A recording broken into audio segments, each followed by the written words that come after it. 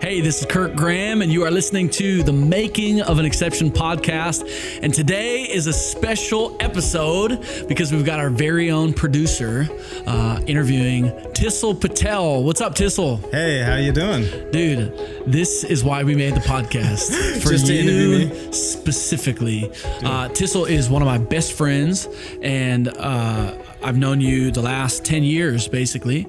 And we've kind of grown up together in ministry, not grown up together in life, but just in doing ministry together. And over the last 10 years, Tyssul is a graphic designer, motion graphic artist. I mean, you can do photography and videography. You're a musician.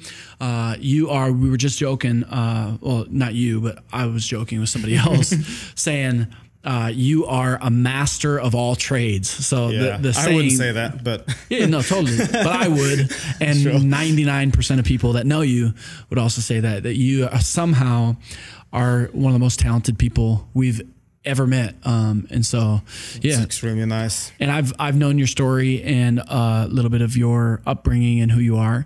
And I think honestly, I was kind of joking, but seriously, when we decided to do this podcast, and initially when it was in my heart, I thought about your story right away. That people know your talent and know who you are and all that you've done, but they don't know your story. And you're not the self-promoter type that's like, hey, you need to hear my stories and my stuff and all this. And so now this is the venue where I get to ask you all the questions, and maybe one day you'll interview me. I'm really hoping so. But until then, this podcast to hear your story and who you are. So let's start there. Thanks for being here. And I have to be here. You have to be here. Otherwise the podcast would not exist. A little behind the scenes. I'm actually producing this episode. So as we speak, I'm like looking at the levels and looking at the camera, making sure everything's good. But it's all good. It's kind of meta. See, you're hyper talented, man. You're a podcast producer. But yeah, I'd love for you to share just in better detail who you are today, what you're doing, what you're pursuing. You just stepped into freelance and owning your own company, which is awesome. Right now I have a full-time freelancer doing graphic and motion design and kind of other stuff around that creative direction, brand stuff. Anything I can get my hands on in the creative sphere. I just like doing stuff like that. So previously I worked at the church that we both attend and you work at, River Valley, for almost 7 years, which was an amazing experience, amazing season of my life. And I loved I love the creative world, but I also love the church world, and that's those are my two big passions. Kind of combined in one in that last season, working for the church, and still doing work for the church, just more on a global scale, maybe. And so it's really exciting, really fun. I feel like I'm global scale. You just told me you're doing something for Southern Baptist Convention. Amazing. It's awesome. I'm blessed to be able to do, stuff just for the church at large. So it's just a couple months old that you left your job at River Valley. You didn't leave the church. You're still actively, a part of our campus downtown Minneapolis. But stepping into freelance, what's it been like over the last couple months? It's actually been 3 months to the day, which is kind of crazy. Oh wait, today. Today. As we film this. Wow. So it's been amazing. It's obviously a scary kind of season. You kind of think about it for a long time. I at least thought about it for a while, and then knowing that it was coming, just not really knowing how it was going to happen, how it's going to make money. You just don't really know how it's going to go, how you're going to survive. And honestly, it's been amazing. I've just met some really incredible people in the short few months. I've had some amazing opportunities, and I couldn't have written it better for myself, which is just such a great place to kind of start this next season. And I'm just so fortunate that it has gone as well as it has. And hopefully the plane keeps flying, it's just, I've been really fortunate. It's awesome. Yeah. Huge step of faith, and God's taking care of you. Yeah. And for sure will continue. It's amazing. Yeah. Well, I'd love to jump into your journey. You are you're from London. You grew up in London and then moved to the States and somehow wound up in Minneapolis, Minnesota. Yeah, somehow. Which is awesome. But yeah, talk about your family. Talk about London. Yeah. So I was born in the country of Wales, which is a small country next to England. If you not so keen on geography, but then moved to London and grew up in London till I was 12, almost 13. Yes, but my life there was kind of crazy. I mean, it's hard to even remember that portion of my life. I call it like act 1 of my life, just because, obviously living in a different country. 0 to 12, you got a younger sister. Yeah, younger sister. Older brother. Older half brother. Yep. So my sister 2 years younger than me. I have a half brother who's 7 years older than me. But yeah, grew up in London, and part of my kind of story there, or the journey there, is that at the age of 8, my parents got divorced. So I haven't seen my dad in forever, but what I remember of my dad wasn't great. The way he treated my mom and me, my sister, just wasn't the best situation to grow up in. I mean, almost like stereotypical, like kind of deadbeat, father figure. And so that was a really hard situation. My first 8 years kind of living in that environment, in a very angry, tense, fear-inducing environment, where, me, my sister, and my mom were just subject to a lot of just, horrible stuff. And how much older is your half brother than you? Than me? I think I remember this correctly because I forget all the time, but I think he's 7 or 8 years older than me. So quite a bit. Yeah, and older. he never really grew up with me.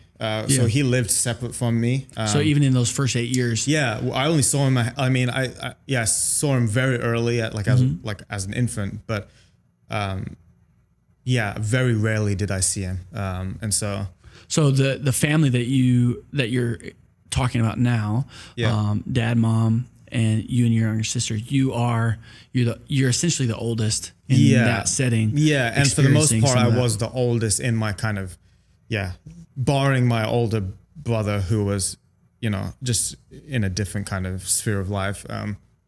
Oldest in. Do you remember?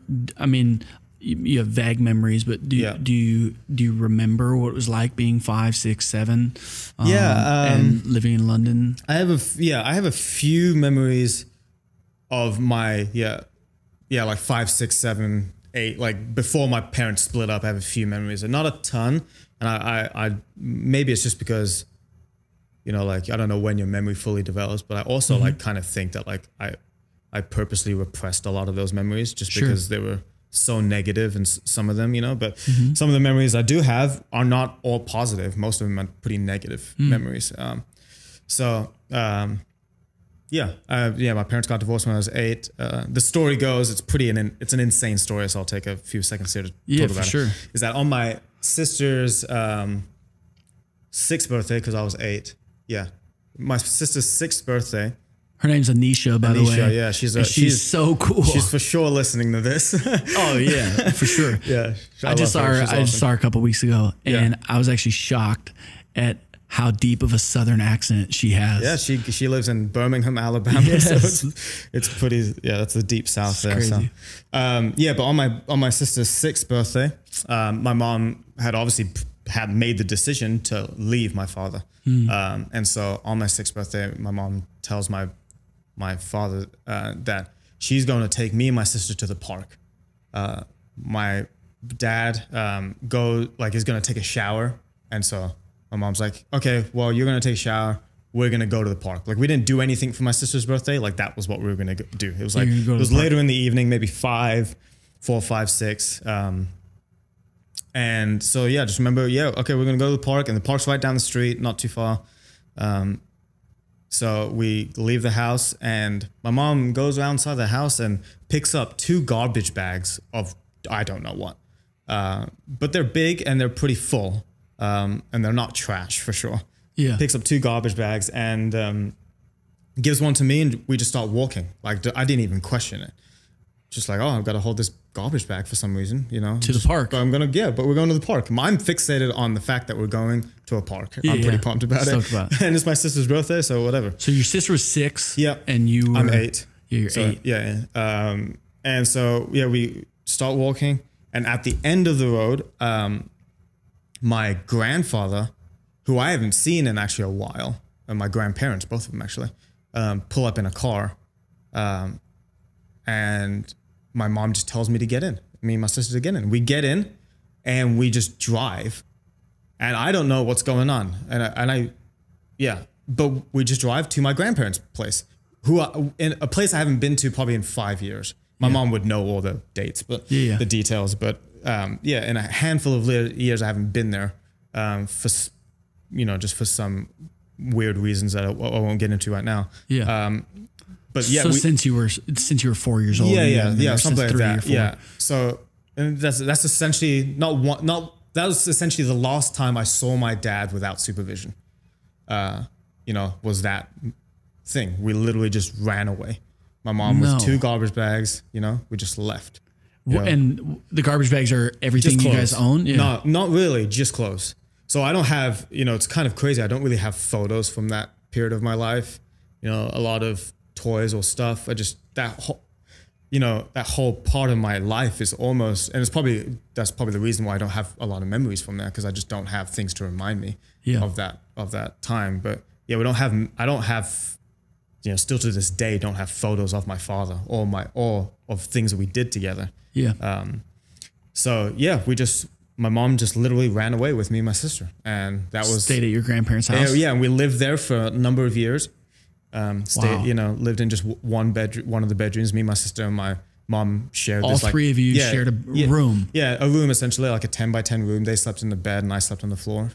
My mom got a job at the airport, Heathrow Airport, which is a big airport. My grandparents lived just a couple miles away from there, and that was just a crazy situation, And obviously, as an 8-year-old, you're not really fully processing anything, but obviously, it's kind of crazy that I just no longer am seeing my dad, and at what point did you when was the first time you talked about what was happening? Like, you're 8 years old. Is it like a few hours later, it's like, hey, there's like a sit down meeting, or is it like weeks later, like, hey, you're not going to see your dad anymore? I honestly don't remember, but knowing my family, it wasn't a sit down meeting of any sort. It was more of just like in passing, just kind of like letting us know what's happening. Yeah. Probably talked about it in the car. Again, I don't have much recollection about it, but I would assume we talked about, like, they told me what was happening in the car, But essentially, as a young kid, you're almost having to process this on your own. Yeah, and on the spot. And you got to think about, like, this is happening in the middle of July. We literally moved 2 hours away on a dime, So all my friends I never see again. Yep.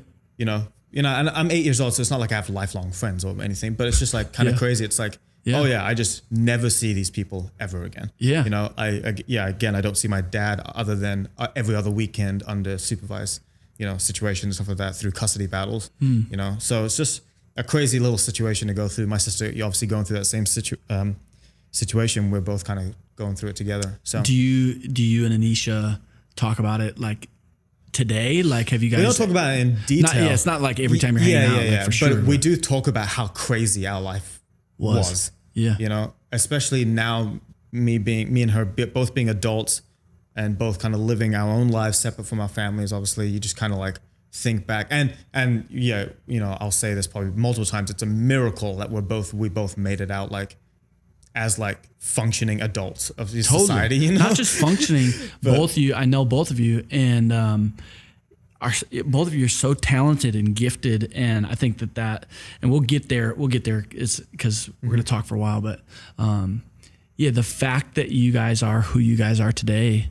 not just you made it, like in regards to you function, but you guys are making great impact for the kingdom of God, and so encouraging for so many people. It's insane. Literally, as we brainstorm the title of this podcast, The Making of an Exception, right now we're talking about your story, and you are the exception to the rule that I thought about, that I was thinking about. It's like the fact that Tyssul is who he is, he's not just insanely gifted, but you love the Lord. You're passionate about building the local church. You want to see lost people found. And your sister too. The fact, like, you guys are exceptions to rule. It's insane. You know, it's amazing. So anyways, we'll get there. You're awfully nice. we'll get there. Yeah. But yeah, that's what I was thinking about in naming this podcast, is your story. So you've got 4 years left in London. So you're 8. Yeah. You got 4 years left. What are those 4 years like? Yeah, we kind of live with my grandparents for a while, then we get our own place, and just trying to like adjust. My mom is spending most of the time working and figuring out custody stuff. Like, she obviously wants to like win full custody of me and my sister. So she's spending time doing that. Yeah, and then my mom's just trying to make it. You know, obviously, all of a sudden, being a single mother, in London, not a cheap city to kind of get around. And so, that was.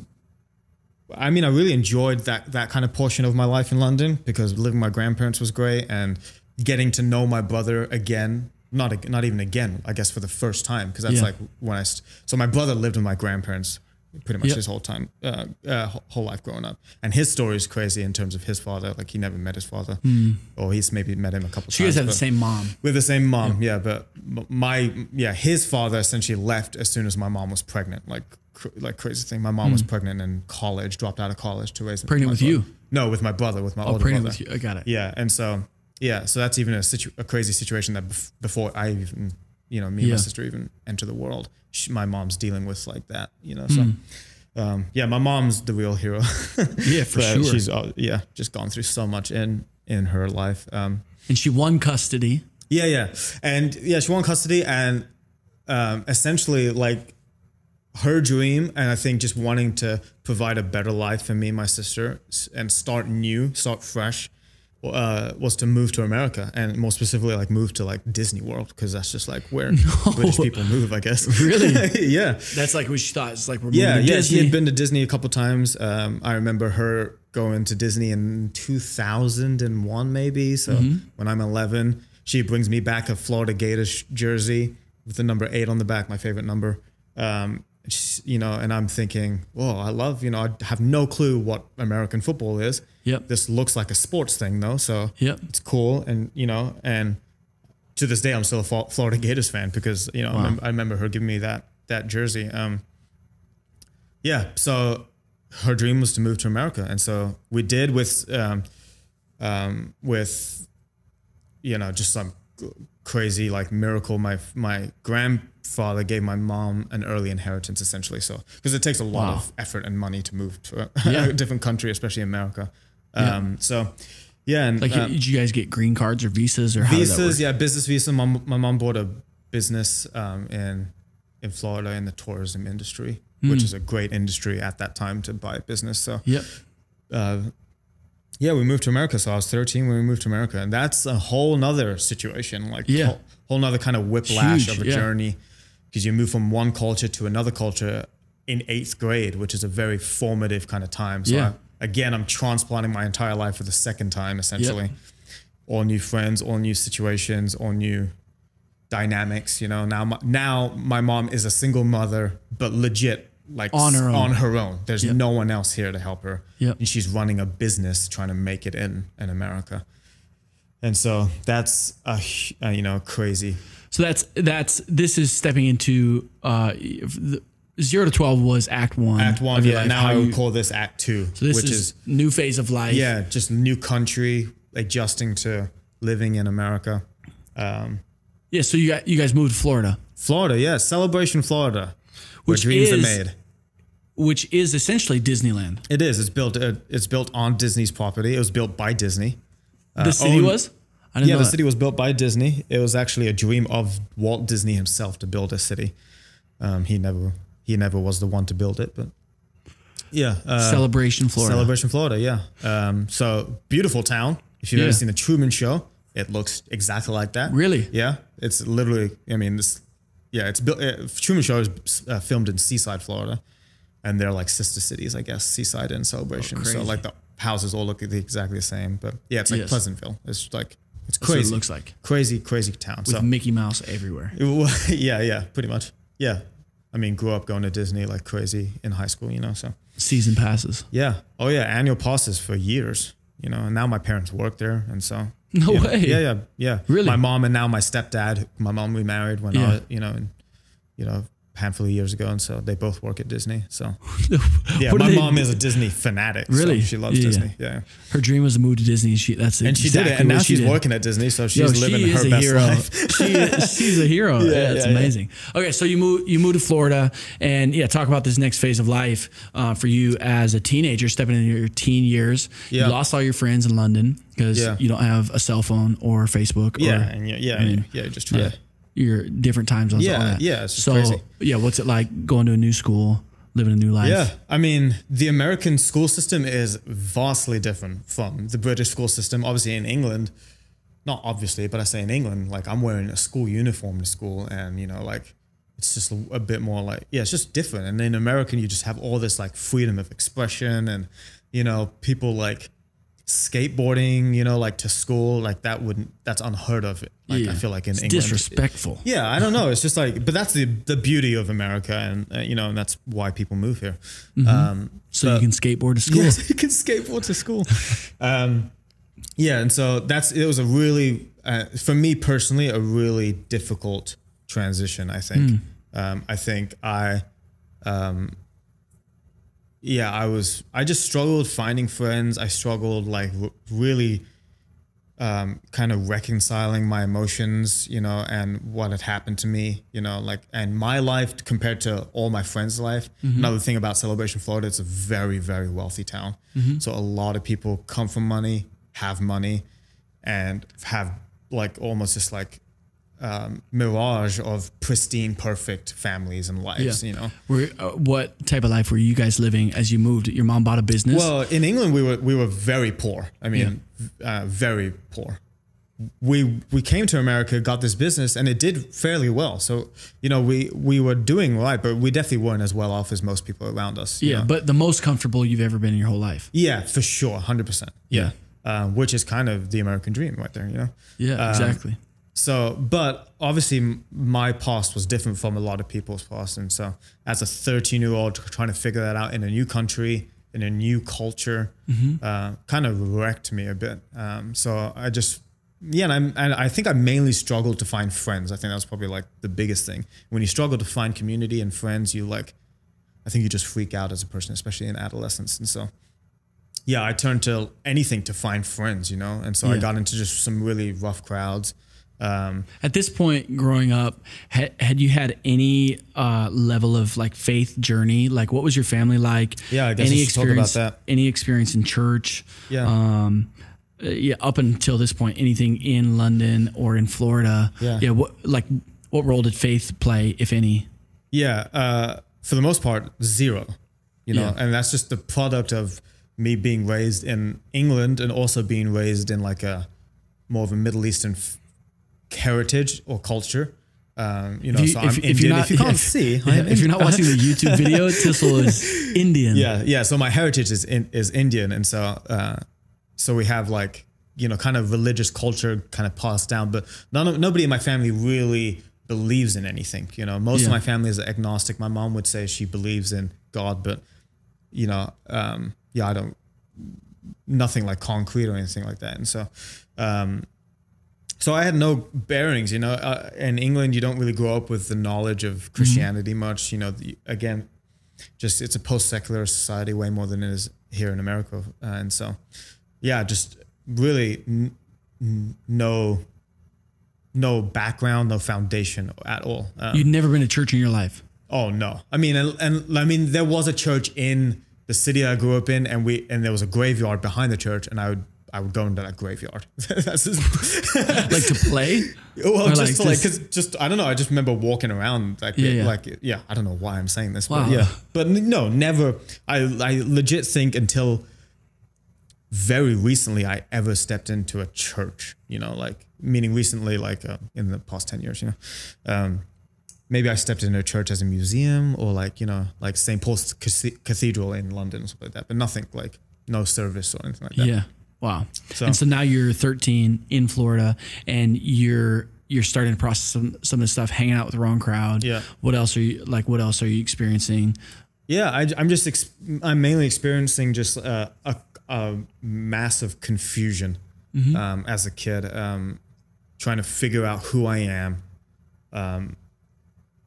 what this life is that's been handed to me, why I don't have a father anymore, kind of, that situation, why my father treated my family the way he did, why I had to move to America, just all these why questions. Why did all this bad stuff happen to me? That's natural for anybody who goes through anything. You always ask the why question. And I think all those why questions kind of came to me at once. And I didn't have good answers because no one taught me answers, So I got really angry. I was an angry kid. Crazy angry kid. Like from 13 to 18 or whatever. Yeah, maybe even younger than that. But I do remember in high school being very angry, very depressed, very just like cynical. I listened to like hardcore music and was an emo kid and just depressed, just kind of like almost stereotypical in that sense, But like deep anger. But like, it definitely wasn't like just a facade of trend. I was actually deeply, I think, like angry or just confused. The other point that I think about too in hearing your story is not only are you going through all these transitions, but now you are in Florida, the man of the house. And there's a weight to being the only male, the only guy, and feeling like at 13 years old, this sense of responsibility to care for your mom and sister. Yeah, definitely. I don't know if you can like flesh out. Did you have any of those feelings? That's an assumption because I've never been the man of the house, whatever. I feel that way as a husband and father, but that's natural because I'm the husband and father. But did you feel that way as the oldest sibling and the only guy in your house? Yeah, I think it's naturally forced upon me more than anything that I had to, me and my sister both, but me, of course, just being older, had to assume a new level of responsibility, being in a new world, and then, not having my mom being a single mother working constantly, so I did my own laundry at the age of 13. I feel like, it's, cooking myself dinner sometimes, that was just kind of the cards that were dealt. Because your mom was working or whatever. Yeah. And no fault to her by any means. She was doing as much she could to make it work. But you just you grow up, you're forced to grow up very quickly, just going through some of those challenges. And I'm so thankful now, especially like moving out on your own and doing that. Like I was fortunate that I kind of had to figure out a lot of things before I was, forced to figure it out alone, So, but that's a pretty accurate assumption for sure. How did you get through some of the, we've been friends for a while, but I don't think of you as an angry person or well, that's good. Upset. Which obviously you've worked through some of this stuff and processed it and there's been healing in your life. Where did that start? Like that journey of growing up, becoming an adult and getting some healing through some of this anger or these things. Yeah. I didn't get healing really look at any of those things deeply until I met Jesus, which I met, I got saved at the age of 17 at a retreat. At a retreat. So I was kind of pestered by a friend of mine to go to this youth group that was happening on Wednesday nights. And I didn't go for the longest time. I just didn't understand what youth group was. For the most part, I understood that it was a social gathering of some sort, I didn't even know it was a church thing, obviously just not knowing like that context at all. But eventually I went and, it was a very confusing kind of thing to figure out. You walk into a building, everyone's eating pizza and hanging out. I'm down with that. But then you walk inside and people start singing songs and it's like, this is super interesting. I can sing, let's sing some. But it's just like, again, I have no context, for what's going on. So we're just singing songs and then I'm realizing, these are like religious songs. That's how I'm like finding out about like, this is a church. Cause we met in like this like like as most whoa, having some take your time. As most youth groups, you know, as today are not meeting in like traditional churches, like a steeple, you know, they're just meeting in like warehouses or high schools. Or so you had a youth retreat, and you just think it's like young people hanging out. No, I'm talking about, this is the youth group that I was attending every Wednesday, just to find, just like, because my friends were there before. This is before the retreat. It probably wasn't 9 months or something of attending youth group before this retreat, you know. And I really didn't make a decision to follow Christ at any of those Wednesday nights, you know, because I just more was confused, and then I just shut it off. You know, I was like, I'm confused by this. So I'm just going to ignore this part, but I like the community and the free food that's coming along with it. Totally. You know, I like, you know, just the people and pizza. Yeah. And people, and the one thing that was really kind of impressive on my spirit, I guess at the time, was that the people at this place were different than the people I was hanging out with, you know. Like in what ways? Well, they just were not doing the things that I was doing, maybe on the weekends, or, you know, like, you know, they weren't like angry. They weren't, you know, I know they were just nicer, you know. There obviously there's youth leaders there, and they seem like great people. It's like older people that are valuing you. Valuing you. Yeah. Calling something better out of people. Mm-hmm. And as me, as a fatherless kid, and, you know, you kind of crave that kind of like mentorship by people, you know? Yeah, totally. Yeah. You see these people, you see these peers, and then you see people older than you, like treating you with respect, treating you like you have value, like, you're just naturally drawn to that. So I stuck around for that type of stuff, you know, like, wow. I even went to like small groups and life groups, you know, before I was really saved, because I just, you know, the community, the people there were just really, really great. I love that. Just a side note about like the power of a leader, you know. I bet you I think it's huge. Yeah. I bet you those people, as you know, maybe they were older high schoolers or college students or whatever that are serving in that youth group. They are, you know, they're probably thinking, I'm not really qualified, or I don't really know what I'm doing, or because I was a youth leader once, and I felt totally, but crazy unqualified. But they made a huge impact in your life, and speaking life, and immense. And I still know these people by name, and it's unfortunate because some of these people aren't even following Jesus anymore. You know, no way. It's kind of crazy, but God used them, to profoundly impact me and like mentor me and lead me when I didn't have leadership. You know. I didn't have a strong family structure where I was like learning how to figure out my identity or who I was, value, love, you know, any of that stuff, you know. Yeah. So what's the moment you give your life to Jesus? What's that like? You're at this retreat. Yeah. You're like, you've known these songs are about God. This is crazy. Again, you already said you're down with the food and the pizza, the people. It's all great, but what's that moment like for you? 17 years old. Yep, 17 years old, and a full retreat at Celebrate Church. I'm sure there's some people from Florida who are listening to this. Oh yeah, for Great. sure.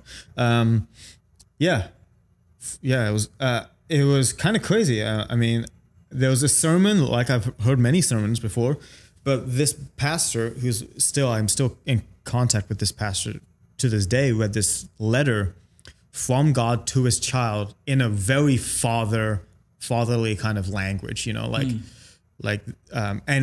the kind of the backstory is that this pastor, my youth pastor at the time, he had a father who kind of similar to my father, was not a great dad.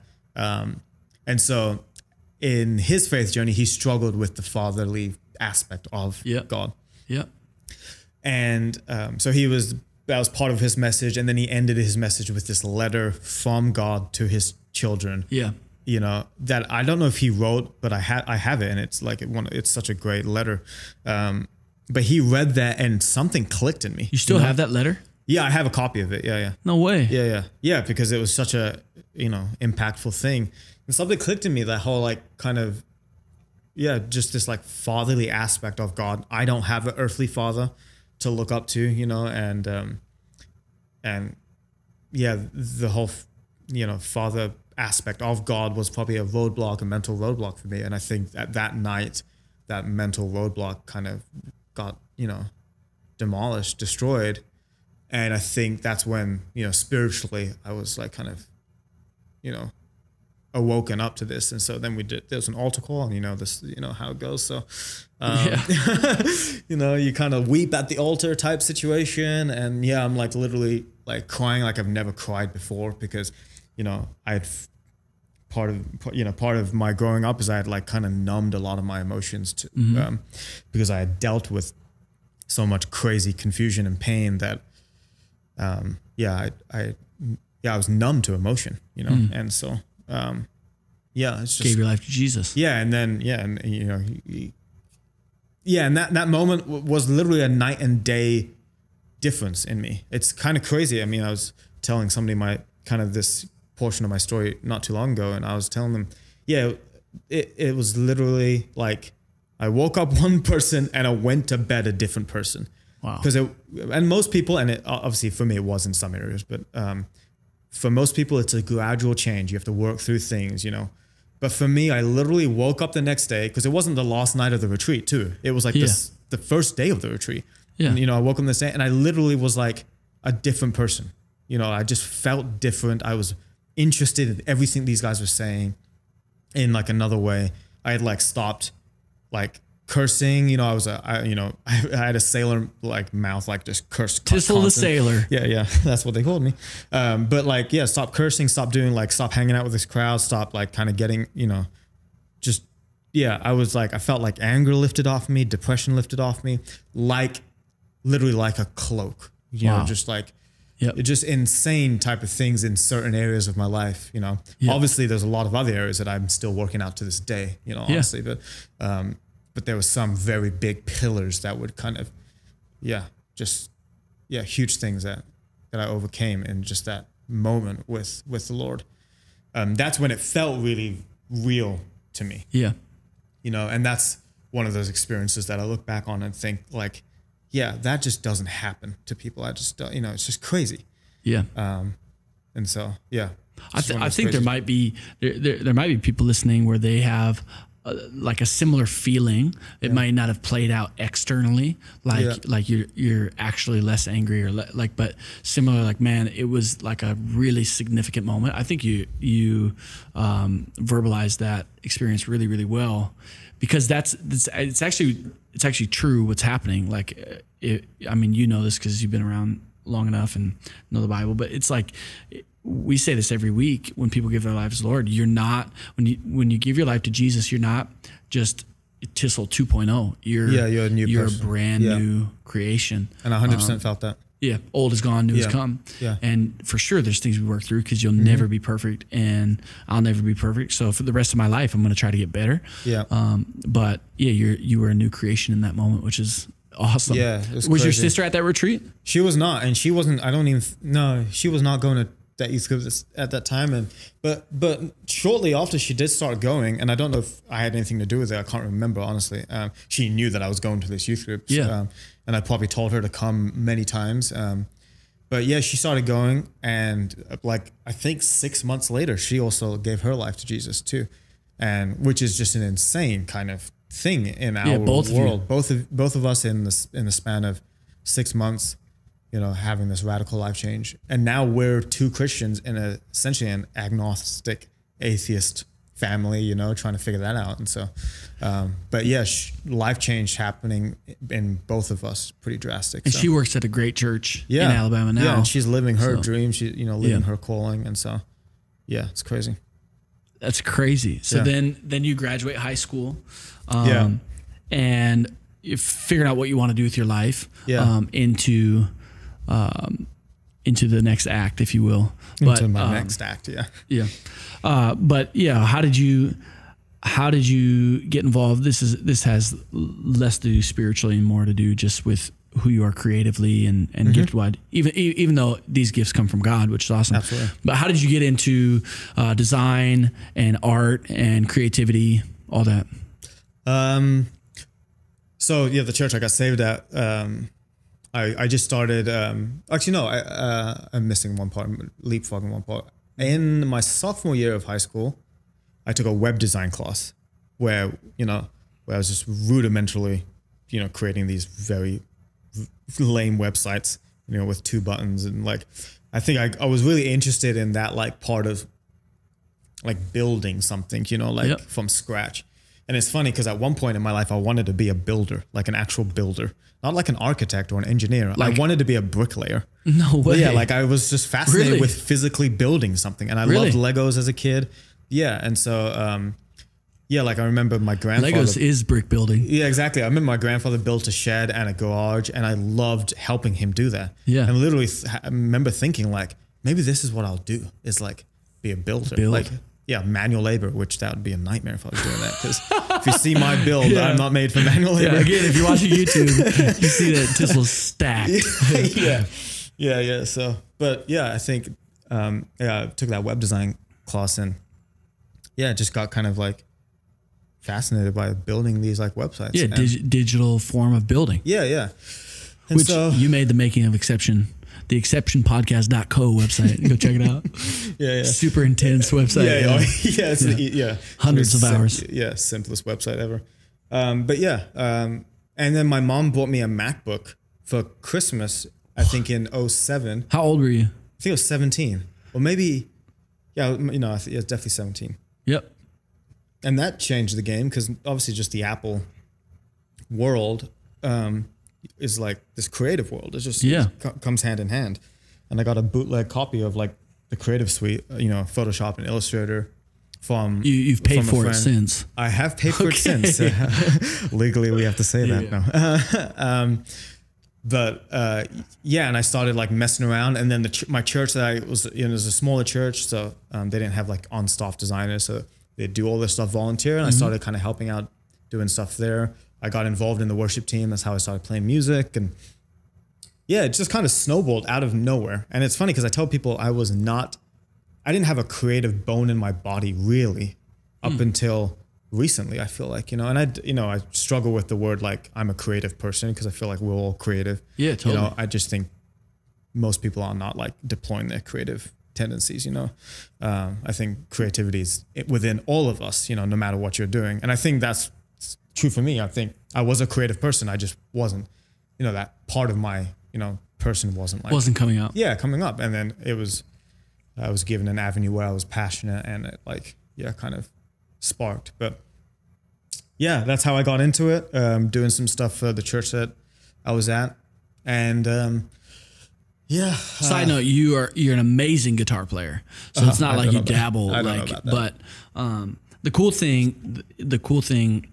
Again, I keep jumping out of this interview to just talk about the podcast. Yeah. But as we started this podcast, it was like we want to find people that are really gifted at what they do, have a powerful story of what God's done in their life, but then are passionate about the local church, And I think local church is relative to how, I think there's different views of how people are doing community and what they would call church. I have a clear view. Obviously, I'm a pastor at a church. So, but the thing that I love about you is, not only are you so gifted in so many areas, not only do you have a powerful story, but you are passionate about the local church. The thing that I kind of joke about it every once in a while, but it's literally not a joke, is you've, over the last 2.5 years of our campus, River Valley, Minneapolis downtown, you've made more Sundays than I have, which is insane. I don't know if that's the case anymore. But. I'm the campus pastor. It's just amazing. And you've done most of those Sundays playing guitar as a volunteer. And I've loved crazy. It. Yeah. I mean, I love the church. I mean, you know that, and I'm not afraid of saying that. That I 100% believe that the church is, the greatest place to find community, to find health, to find freedom. Because that's where I found it all. That was the community I found. So much life and freedom and healing through the people and through the body of Christ. And so I think I never want to downplay that part. So. Yeah. So how did you choose specifically graphics? I think motion is also up there as far as like what is Tyssul's thing. Motion graphics would be way up there as well. How did you get specifically into that? Because I think you could have gone the music route. You could have gone a bunch of different routes, but you have become a designer specifically. You're dabbling with church stuff, but what's been your journey since then? Yeah, I kind of fell into it, honestly. Again, I never really thought of myself as a creative person, never really wanted to like, ever be a designer or anything. I wanted to be, honestly, in high school, the goal was to become a teacher, social studies teacher specifically, because my social studies teachers in high school were amazing. Still remember them by name today. Like they impacted me so much. Those are some of those people who like I felt like were mentors or like, heroes when I needed heroes, Yeah. And so I wanted to be a social studies teacher because I saw that modeled so well, and I hated every other subject in school. Social studies was the only things that really interested me. But part of my issue is that I did horribly in high school because of just distractions with life, and part of it just not like school not being my avenue. I think really, and just the way I learned. I never tested well. Just like got horrible SAT scores and ACT scores, and and I it was so confusing because I thought I was smart, honestly. I was like I would test so poorly, but I was like I'm not dumb. Like I know I'm testing like somebody who is like but I'm like no, I feel like I'm pretty smart, but I just think school wasn't my avenue, and so I graduated high school with a 2.1 GPA, which is horrible. And I really want to find my report card from high school because I'm sure if my mom's listening to this, she'll mail me immediately. She's like, I have 14 copies. Yeah. But I graduated with I think it was 2.4 weighted or something like that because I did take some like honors classes or something like that. But it was like horrible. All the while, my sister's a straight A student, just killing it at life. So that was great for me. So I couldn't really pursuing like college was hard, because no school would take me, And so post-graduation, I was thinking, I want to be a social studies teacher, but I can't get into college. All my friends are going to college now, and I'm like really having like a crisis of like life. Because obviously, a lot of people find their identity in which school they go to. That's a big part of growing up, a big part of becoming an adult, is like the college portion of your life. And I was essentially not going to have that. I did end up going to community college. I took like a year off and then went to community college. But that was horrible because I failed all my classes that first semester, that one and only semester actually. Failed all my classes because I just I hated school. Just, even when I was a bit more applied and I knew this was like. This is your shot. Yes, my shot. I hated it. And part of it is I had to drive to this place, 40 minutes, 4 times a week, something. And that was. But I would drive. This is something funny. I always tell people I would drive to class. I had a 10 a.m. class or something like that, which is like the latest class in the world, by the way. Yeah, most people are like doing 8 a.m. classes, but no, I picked a 10 a.m. slot. But still, I drove to this school and would park my car and then whip my chair back in my car and go to sleep and just not go to that class. I did that probably 50% of those classes. No. Yeah, like that period. Why did you even drive English there? Beats me. That is a good question. But obviously I drove because I wanted to show my mom that, my mom wasn't going to let me just sleep at home. Yeah, home, so she thought I was going to these classes 100%. Oh, no. Yeah. So that's just me being a rebellious kid and just, whatever. You're not breaking this news to her now on this podcast. No, she knows. No, she knows because she saw my grades, I failed, essentially. I think I got a D in one class maybe, but. So then I was like, okay, I'm not going to do this. This is not working out. My mom's clearly not going to keep paying for me to go to college. And so, it all came to a head where I was figuring out like, okay, what am I going to do? I'm now 19 going on 20, staying with my parents with nothing going for me. Yeah. Except I'm kind of doing this design stuff for my church on the side. And it's like, I'm kind of loving it. Yeah. I'm not realizing how much I am really enjoying it, but I do spend a lot of my free time doing it. So I'm like, okay, so what if I just like went all in? And that's essentially what I did for 9 months. I went all in on teaching myself design, and actually more than design, but motion design. Yeah. I locked myself in my room and morning till night would teach myself motion design, animation. So motion and animation, for those that don't know, are essentially Just moving graphics. Yeah, it's graphics that are moving. Like every business has motion graphics video explaining what their business does, which you've made a million of them. Yeah. Every like sermon series bumper video in a church, motion graphics. Yeah, that's why I was doing a lot of that stuff, honestly, for the church, you know, like, but it's just like learning. And I had another friend who was doing it really well kind of not even alongside of me, but he was doing it. And I like looked up to him and how well he was doing it. And like, I want to be like him. And so, it's just, that kind of season was kind of like a new awakening of like, you know, figuring out what I was going to do. And so, and then, at the end of that 9 months, part of my kind of like finding what I was going to do was when I figured out design was a thing, and then maybe even designing in the church context, because that's all I kind of knew at that point. I was like, maybe I should be like a designer at a church.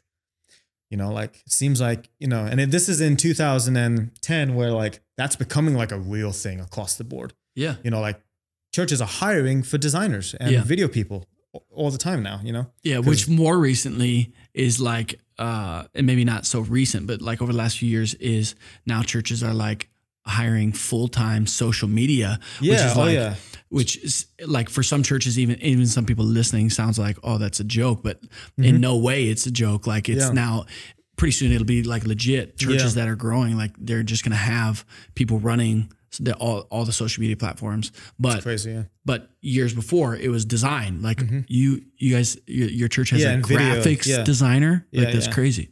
So I wanted to work in a church, and so I applied at a bunch of internships at churches after this. And in the summer, when like, you know, naturally in September, like maybe I can find an internship somewhere. And River Valley, like I had a connection up here, and so I like just got in touch with people at River Valley, and they were like the quickest to respond. You know, like seemingly the best fit.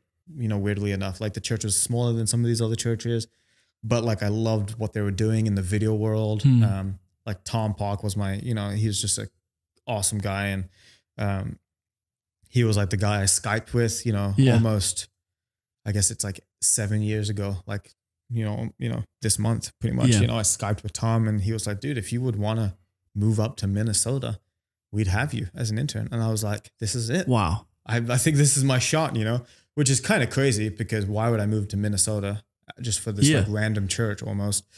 When I hear this story, it's crazy. It's just a reminder, like how much of a fluke this seriously was. Yeah. It feels like a fluke. It wasn't. It's not. It's God. No, totally. For sure. Yeah.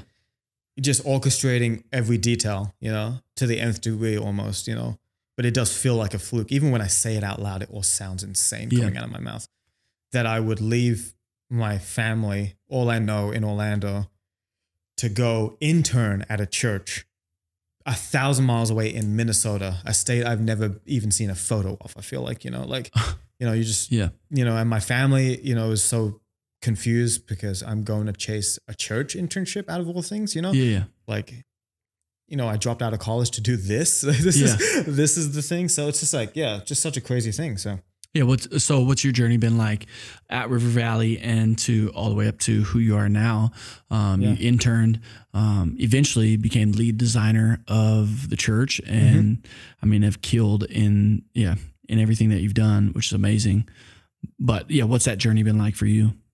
Yeah, it was an incredible journey. I mean, coming as soon as I came to River Valley, I just knew that this was the place that I was going to be for a while. Wow. And a lot of that just comes from like the vision of Pastor Rob I really like aligned with. And then like working with the film guys, Tom and Nick, you know, I just instantly like clicked with them, got along with them. They're like kindred spirits, you know. I love them. You know, they're just so funny. It's so great. So like easygoing. Just felt like Tom's like the cool big brother. And Nick is like the silly practical joke cousin. And it felt insane that I come up here and like was hanging out with these people, and that like these people were getting paid to do what they were doing. There's no doubt they were talented, but it was just like, what? Like we're just having way too much fun, and this is way too like cool, and like, yeah, that it just like was so crazy. But like it was amazing. And you know, we moved up here similar time. You know, that's when I met you and Kaylee and, you know, a bunch of people. But yeah, instantly fell in love, and then like, yeah, just like kind of worked my tail off and just we instantly fell in love. Yeah, I instantly, the moment I laid eyes on Kirk, I knew we were gonna be best friends. It's awesome. Yeah, and so you fell in love with the church, fell in love in Minnesota. Yeah, and yeah, Minneapolis. I love this city. It's just like it felt like the city I was supposed to be at. Like I hated Orlando, to be honest. You know, I just did not like Orlando, and I didn't know that at the time. But in retrospect, I'm like, Orlando, I didn't like that place at all. Yeah. You know, Disney's great, but outside of it just wasn't too fun. But I love Minneapolis. You know, it just feels like this, like the kind of city that I like thrive in. And so, yeah, I mean, I was on staff at River Valley, and I mean, I tell people this all the time, and I don't say it lightly, that I loved every minute of it. It was just amazing. And I felt like I was living a dream that I like, you know, never even dreamed I had. You know, I was just like working for a church, doing design and motion graphics for a fun place. You know, it just was remarkable that like it was happening, you know. And I still, even to this day, even though I'm not on staff at River Valley, still kind of feel that way. Still feel like I'm living in like a weird honeymoon phase of like, how did this all happen, and how am I still doing what I get to do with the people I get to do at a church, you know, not working there full time, but, you know, just in the community, in the faith community that I am. It's like crazy. It's like, and I just, I can't, you know, from where I was 10 years ago, you know, almost, you know, just a little over 10 years ago, it's just crazy. It's just, crazy to think about. So how old are you now? 27. Had to think about this. 27. 27. Getting old now. Yeah, 27. And it was 10 years ago that you gave your life to Jesus. Yep. And all that God's done.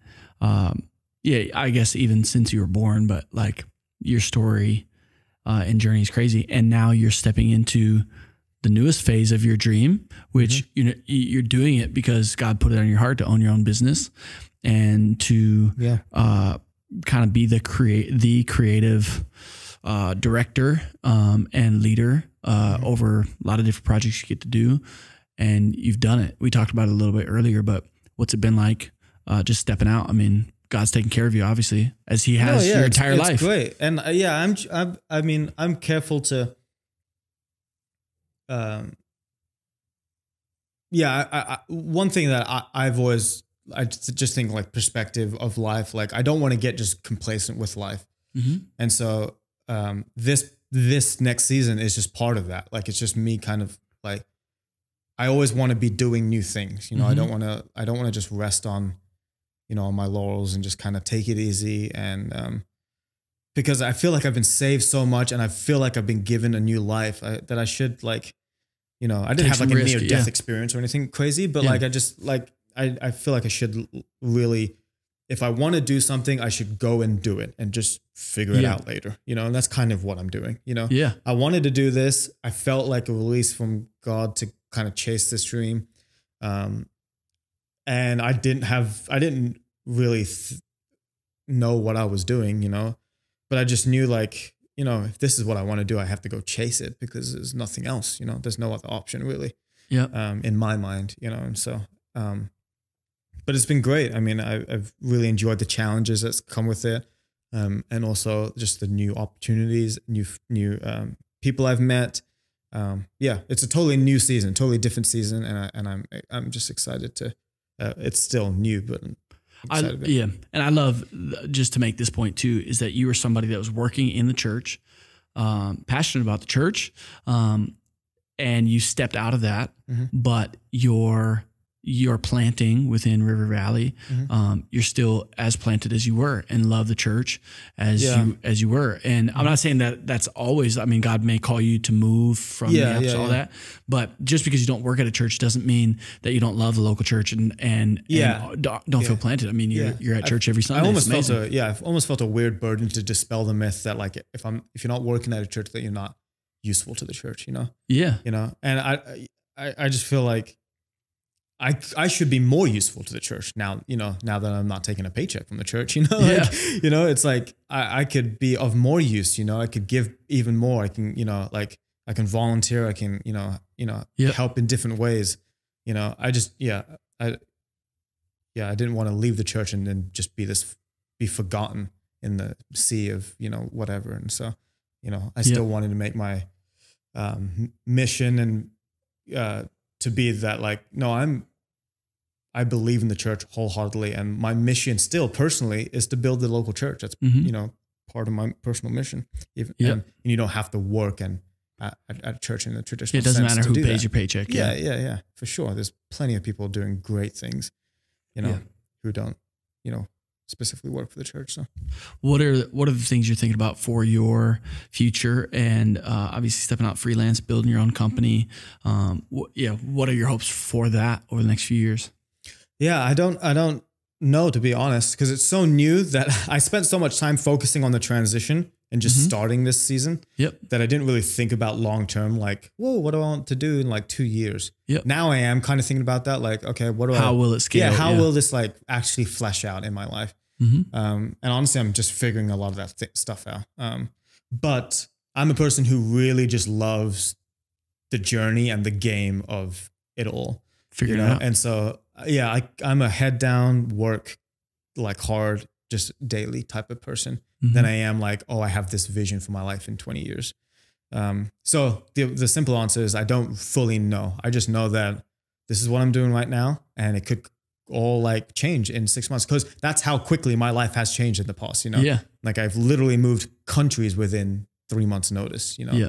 I mean, you moved 2 hours away on a dime. Yeah. I moved up to Minnesota on 6 weeks notice, you know, like I've made crazy, and some of it not my own decision. Should we just say goodbye after this podcast just in case? Yeah. Just in case. So I love you. I feel hesitant to ever map out my life, because God has, you know, he has the plans, you know, and so I'm just going to focus on what I have in my hand today and maybe tomorrow, but not too worried about the long term, which maybe it's reckless, but whatever. No, I think it's faith. Yeah. God's gonna work it out. I'll take that. Take faith. Yeah. It's trusting that God's gonna he's work gonna it take out. care For of sure, it all. he has a plan. And I mean, my guess is just like he always has, like he's gonna take care of you, and that it's gonna be better than you expected. You know, I think. Yeah, 100%. I mean, again, I've said this a couple of times, but it's unbelievable how well my life has gone this past. Obviously, I have hardships and struggles, just like anybody else does. But in perspective, in context, it's nothing compared to like the life I was living. You know, and so it's like I'm up for the ride. Yeah, so much to be grateful for. Yeah, I'm just grateful for every day that I just get to do what I'm doing and live the life among the people I live, and so I have very little to complain about in the grand scheme of things. Be the best. As we wrap up, no, you are. As we wrap up this, man, and your story is incredible. I'll say some nice things about you in a second, but 2 questions. You've already said enough. 2 questions. Is what's your favorite book of all time? It's funny you asked that, because I've had quite a while to think about this, being the producer of this podcast. And it's funny because the 2 books I was going to say, 2 other people have already said it. Can't do it. So I can't do it. That's you could. Yeah, it's in the contract that I signed. So no. So one book that really did change my life, and the reason why I was hesitant to say this book is because it's not spiritual, and I wanted to be spiritual. Sure, but whatever. So what's the book, bro? This book is called Linchpin by Seth Godin. Yeah. So the story about this book, I'll try and keep this brief because I feel like I've been yapping on for a long time. But no, it's great.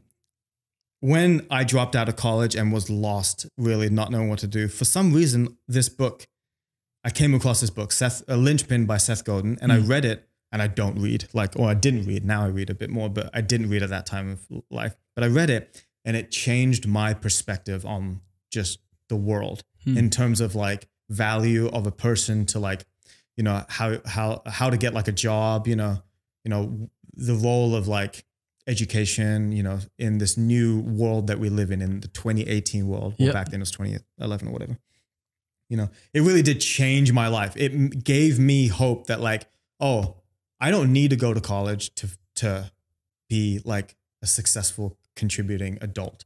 I don't need to be just a cog in the machine to make it out. I don't need to be a lawyer or just, you know, like do the traditional things that people do, you know, you know, it gave me the keys, I would say, to chart my own course, you know, and out of that is when I started, you know, teaching myself motion design. I read that book and said, you know, I'm going to teach myself. Yeah, I can teach myself. And then I don't need a degree. People, I've read out of this book that people don't hire based on degrees anymore. You know, it's just the way it is, you know. At one point they did for sure, but it's just not the case so much anymore. So yeah, that book gave me the keys to a lot of, you know, hope that I could, you know, just be a successful adult, even with my challenges of not, you know, being able to go to being almost a high school dropout and then being a college dropout. You know? So yeah, great book.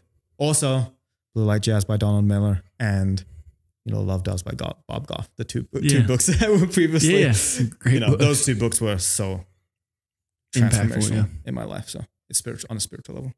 Awesome.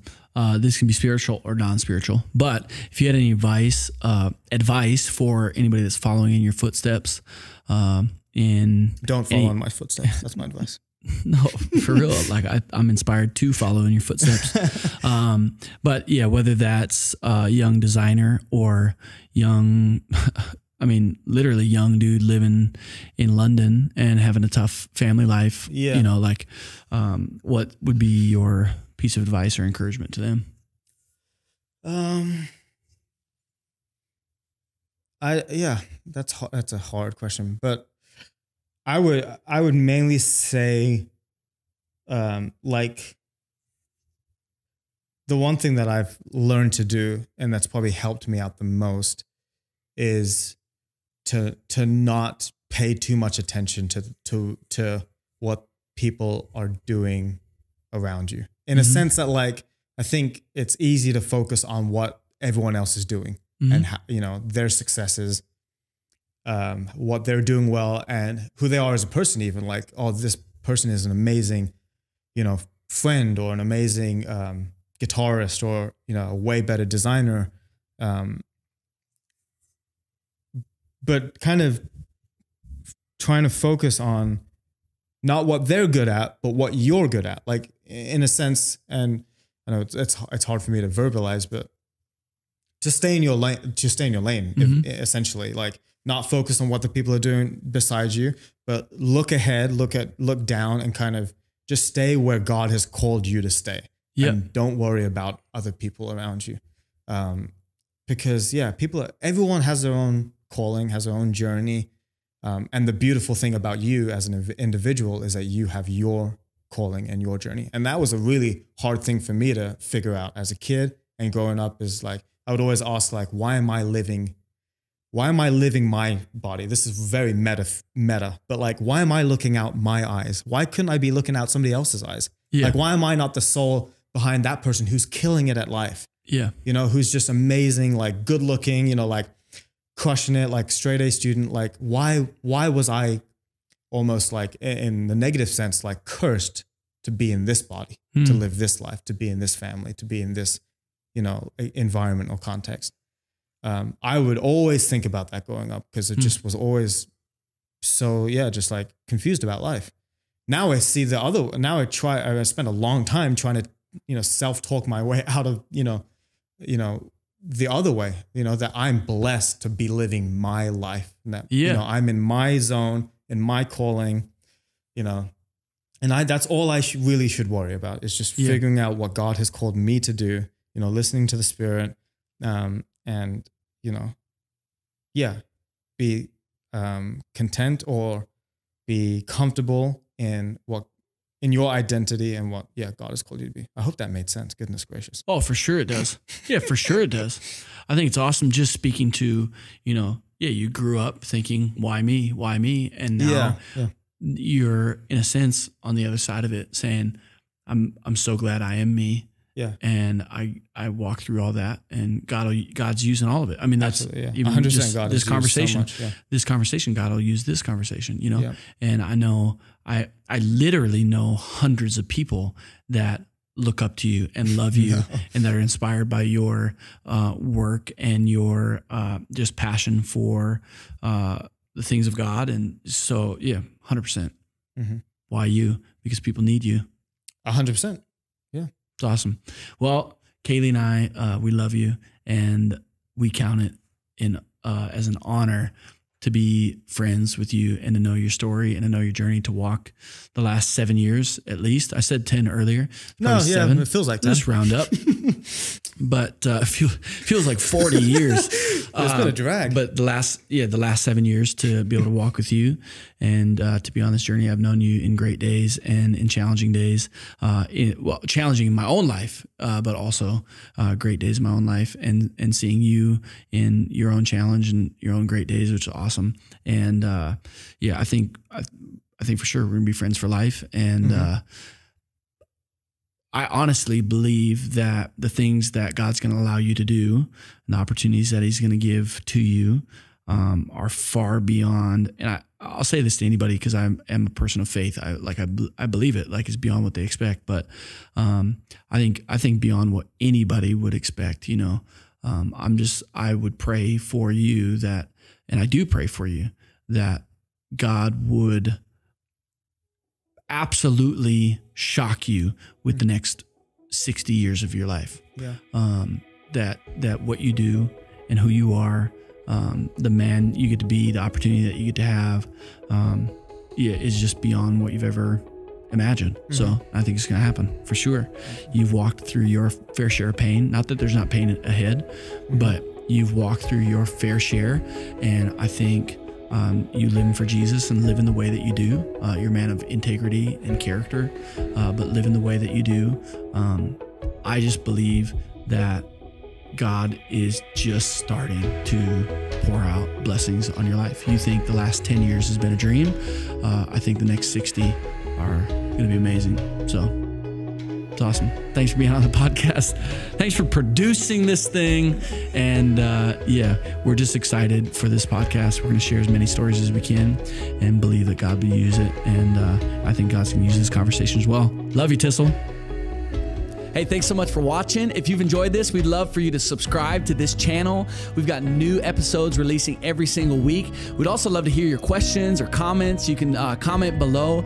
You can also find us on Instagram at Exception Podcast. And I want to give a quick shout out to our producer, Tyssul. My name's Kirk Graham, and we'll see you back next week.